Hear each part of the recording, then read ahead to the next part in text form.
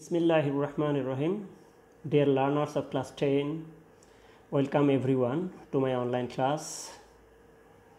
Today's class is English second paper for class 10. This is Muhammad Rahiluddin with you as usual. For free test exam, I have prepared my class. The class will be taken on completing sentence, and the item completing sentence is based on gerund. Dear learners, let's start our today's class. As you will not understand or comprehend my English speaking, so I would like to explain the class in Bengali. প্রিয় শিক্ষার্থীবৃন্দ, যথারীতি আমি class শুরু করছি। তো তোমরা জানো ইংরেজি দ্বিতীয় পত্রে তোমাদের চলমান যে ক্লাসটি সেটি হলো কমপ্লিটিং সেন্টেন্স। তো আজকে জিরান্ড নিয়ে আলোচনা করব। তো জিরান্ড হলো ইনফিনিটিভের মতোই একটি নাউন, অর্থাৎ জিরান্ডটা মূলত ভার্ব হলেও এটা নাউনের মতো কাজ করবে। একাধারে নাউন, একাধারে ভার্ব। তাহলে আমরা সংজ্ঞা এখানে সংক্ষেপে দিয়েছি, দেখো জিরান্ড মানে এরপরে কোলন দিয়ে দেওয়া হয়েছে base of a verb plus ING, অর্থাৎ gerund is a non finite verb formed with a base form of a verb and ING with it. দেখো জিরান্ড হলো কোনো ভার্বের বেস ফর্ম বা প্রেজেন্ট ফর্মের সাথে আইএনজি, যাহা নাউন হিসেবে ব্যবহৃত হবে। তো নাউনের কাজ যেরকম জিরান্ডের কাজও একই রকম, অর্থাৎ জিরান্ড দিয়ে আমরা সাবজেক্টের কাজ করব, ভার্বের অবজেক্টের কাজ করব, প্রিপোজিশনের অবজেক্টের কাজ করব এবং কমপ্লিমেন্ট হিসেবে কাজ করব। তো আমরা শুরু করি। দেখো তোমাদের সুবিধার্থে কালারিং কিছু কাজ করা হয়েছে, দেখো তোমরা বুঝতে পারবা। প্রথমে যে রুলটা আমি লিখেছি,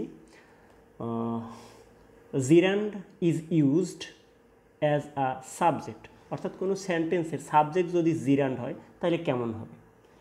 জিরান্ডটা হলো কোনো ভার্বের বেস ফর্মের সাথে আইএনজি, আমরা প্রথমেই বলে নিয়েছি।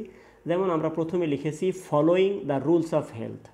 তো ভার্বের সাথে আইএনজি যোগ করে অতিরিক্ত অংশ কিছু তুমি দিতে পারো, না দিলে নাই, তোমার সেন্টেন্সের চাহিদার উপর নির্ভর করবে। তো আমরা লিখেছি following the rules of health, অর্থাৎ স্বাস্থ্যবিধি। রুলস মানে নিয়ম, যেটা বাংলায় আমরা বিধি বলে থাকি, নিয়ম বলে থাকি।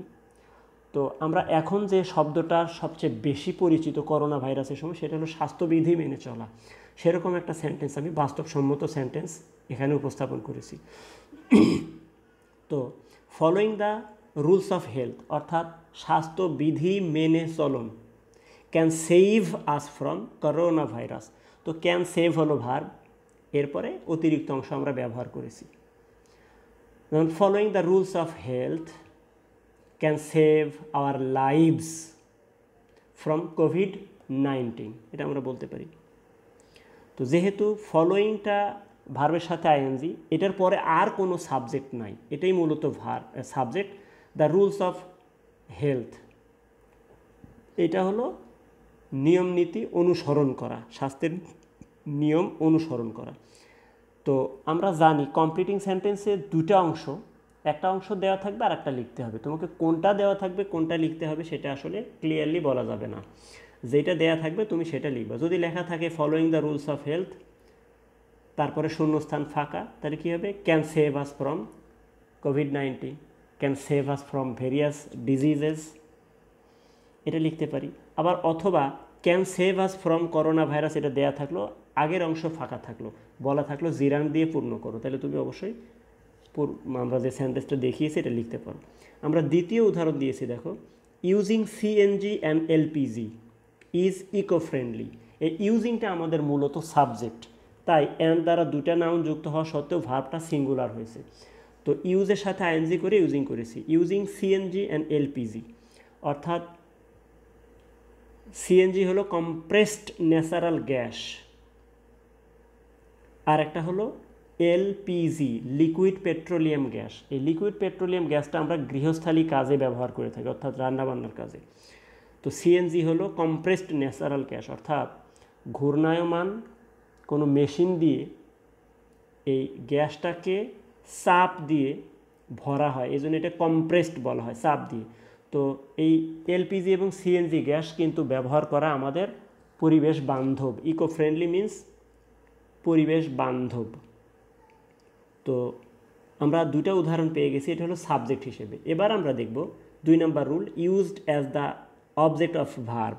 কোনো ভার্বের অবজেক্ট যদি আমরা জিরান্ড হিসেবে ব্যবহার করি, মানে জিরান্ডকে যদি আমরা কোনো ভার্বের অবজেক্ট হিসেবে ব্যবহার করে থাকি, তাহলে কেমন হবে? আমরা লিখেছি আই সি ড্যাশ, এখানে আমরা লিখেছি আই সি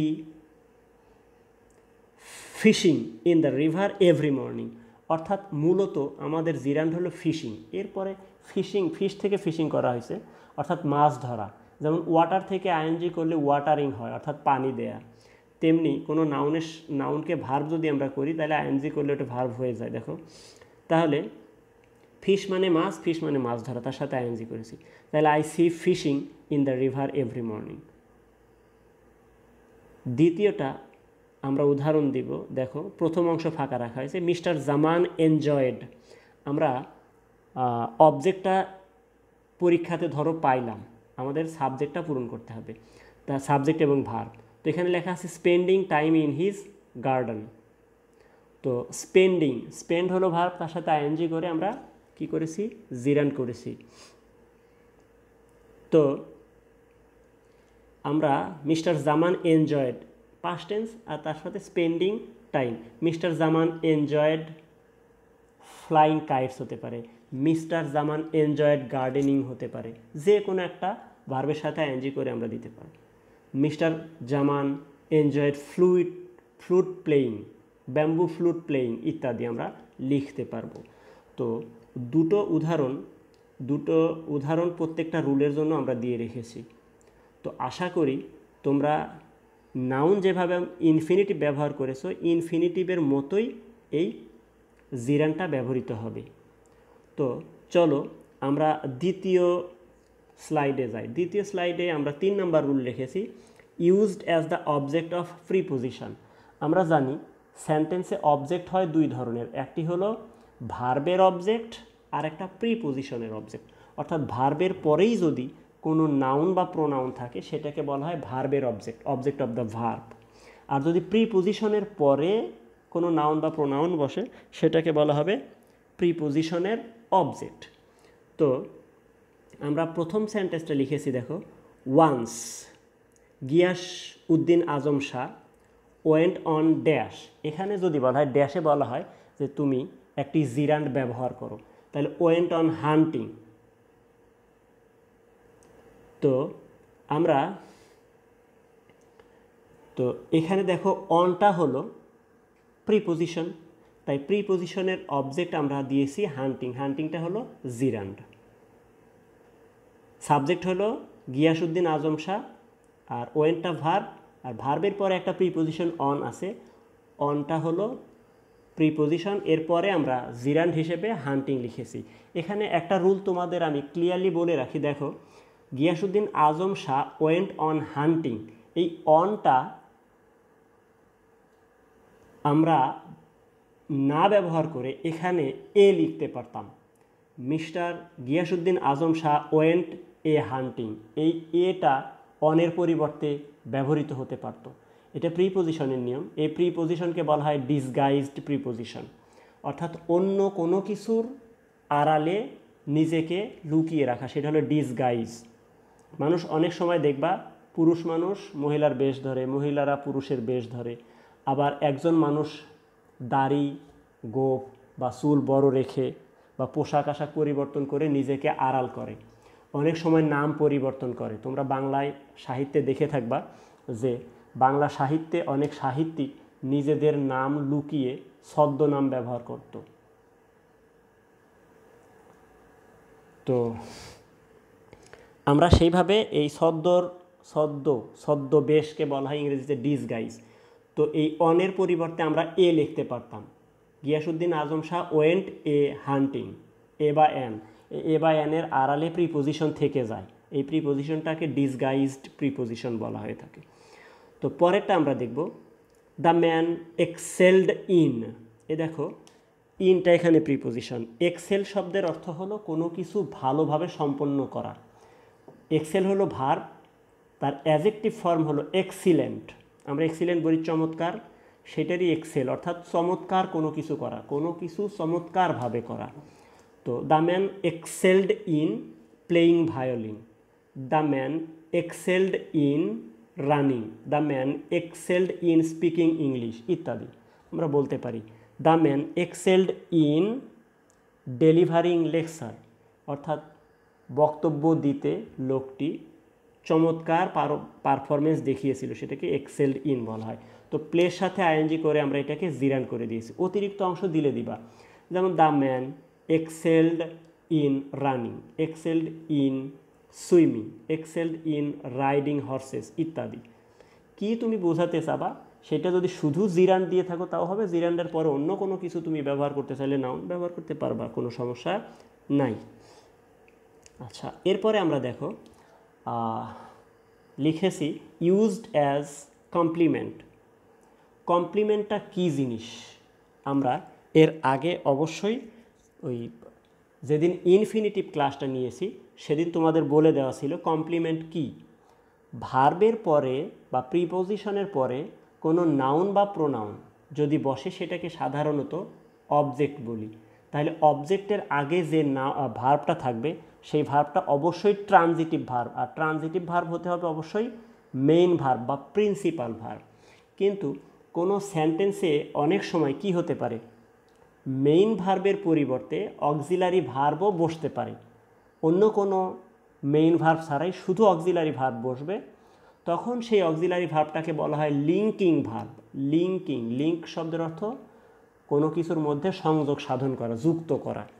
তো এই লিঙ্কিং ভার্বের পরে যে নাউন প্রোনাউন বসবে সেটাকে বলা হবে কমপ্লিমেন্ট।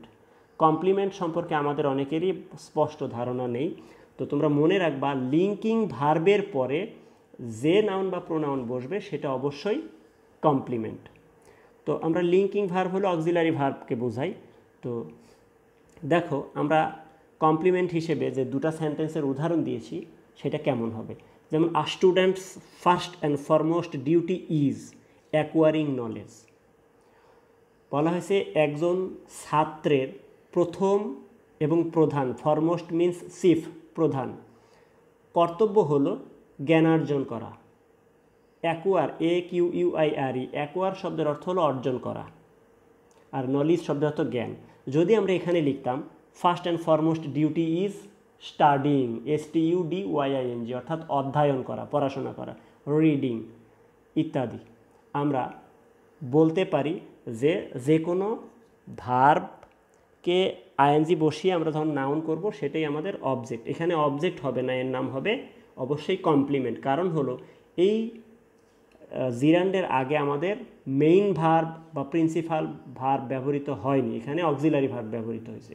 মেইন ভার্ব বা প্রিন্সিপাল ভার্ব তোমরা অবশ্যই জানো, যেমন গো, স্লিপ, স্টাডি, রিড ইত্যাদি ইত্যাদি।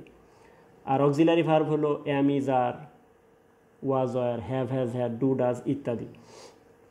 তো আমরা এখানে একটা উদাহরণ দিয়েছি, আমি বলেছি a student's first and foremost duty is studying, STUDYING, এটুকু লিখলেও হয়ে যাবে, কারণ এটাই জিরান্ড। স্টাডিং ইংলিশ হতে পারে, স্টাডিং হিজ লেসন্স হতে পারে ইত্যাদি ইত্যাদি। এরপরে আমরা দ্বিতীয় উদাহরণে যাব। দেখো সেটা হলো one of my favourite activities is guiding my students. দেখো ওয়ান অফ মাই, এই ওয়ান অফের পরে নাউনটা কিন্তু সর্বদাই প্লুরাল হবে। এটা সাবজেক্ট ভার্ব এগ্রিমেন্ট বা নাউনের ব্যবহার বা কারেকশন বা সংশোধনের ব্যবহারের মধ্যেও এই নিয়মটা তোমরা পাবে। অবশ্যই গ্রামার মনে রাখবা, গ্রামার মানেই একটির সাথে অন্যটির সংযোগ, অবশ্যই সম্পর্ক আছে। মানুষের দেহ কাটাকাটি করলে, কাটাকাটি করতে হবে না, তুমি যদি বিজ্ঞানের চিত্রগুলো দেখবা, মানুষের একটি হাতের চিত্রই যদি দেখো, ভেতরে অসংখ্য কোষ, অসংখ্য, এর সাথে শিরা উপশিরা একটার সাথে আরেকটা যুক্ত। তেমনি ইংরেজি বলো বাংলা বলো, গ্রামাটিক্যাল রুলগুলো একটার সাথে আরেকটা যুক্ত। তো আমি যতটা সম্ভব যে কোনো রুল যদি নতুন তোমাদের জন্য আসে তাহলে সেটা পরিষ্কার করার চেষ্টা করি। যেমন আমি লিখেছি ওয়ান অফ মাই, এখানে ওয়ান অফের পরে নাউনটা প্লুরাল হবে কিন্তু ভার্বটা সিঙ্গুলার হবে, কারণ এখানে সাবজেক্ট হলো ওয়ান। ওয়ান অফ বলা হয় হলো অন্যতম। আমরা যেমন বলি অনেকের মধ্যে একে এক কথায় বলি অন্যতম, তেমনি এখানে one of my favourite activities is, এখানে গাইডিং মাই স্টুডেন্টস, আমার ছাত্রছাত্রীদেরকে গাইড করা, অর্থাৎ তাদেরকে ভালো মন্দ বিষয়গুলো দেখিয়ে দেওয়া, সুপথে পরিচালনা করা। এখানে আমি লিখতে পারতাম one of my favourite activities is teaching, শেষ এটুকুই হয়ে যাবে, টিচের সাথে ING, teaching. One of my favourite activities is trading, favourite activities is অ্যাংলিং, ANGLING, অ্যাংলিং শব্দের অর্থ বড়শি দিয়ে মাছ ধরা। One of my favourite activities is playing guitar, playing bamboo flute. One of my favourite activities is watching English movies, watching football games, ইত্যাদি ইত্যাদি আমরা লিখতে পারতাম। তো দেখো নাউনের যে কাজগুলো, জিরান্ডের কাজও সেগুলোই এবং ইনফিনিটিভের কাজও সেগুলোই। তো তোমাদের এই জিরান্ডের যে কার্যাবলী এগুলো নিয়ে কমপ্লিটিং সেন্টেন্স কিভাবে হবে আমরা দেখিয়ে দিয়েছি। এরপরেও কোনো সমস্যা থাকলে তোমরা কমেন্ট বক্সে কমেন্ট করবা এবং আমার সাথে তোমরা ব্যক্তিগতভাবে যোগাযোগ করতে পারবে। তো রুল আজকে আপাতত এখানেই শেষ। এরপরে আমরা ক্লাস নিয়ে আসবো পার্টিসিপল নিয়ে। পার্টিসিপল আবার 3টা ভাগে বিভক্ত, একটু সময় লাগবে, তারপরেও আমি একটা ক্লাসে শেষ করার চেষ্টা করব। তো তোমাদের জন্য একটি তথ্য, সেটা হলো 3 নাম্বার রুলের দেখো ওয়ান্স গিয়াসউদ্দিন আজম শাহ, এই গিয়াসউদ্দিন আজম শাহ বাংলার একজন শাসক ছিলেন সোনারগাঁও অঞ্চলের। তো এর সম্পর্কে একটি স্টোরি কমপ্লিটিং তোমরা পাবে, পারতপক্ষে এই স্টোরি কমপ্লিটিংটা তোমরা পড়ে নিও।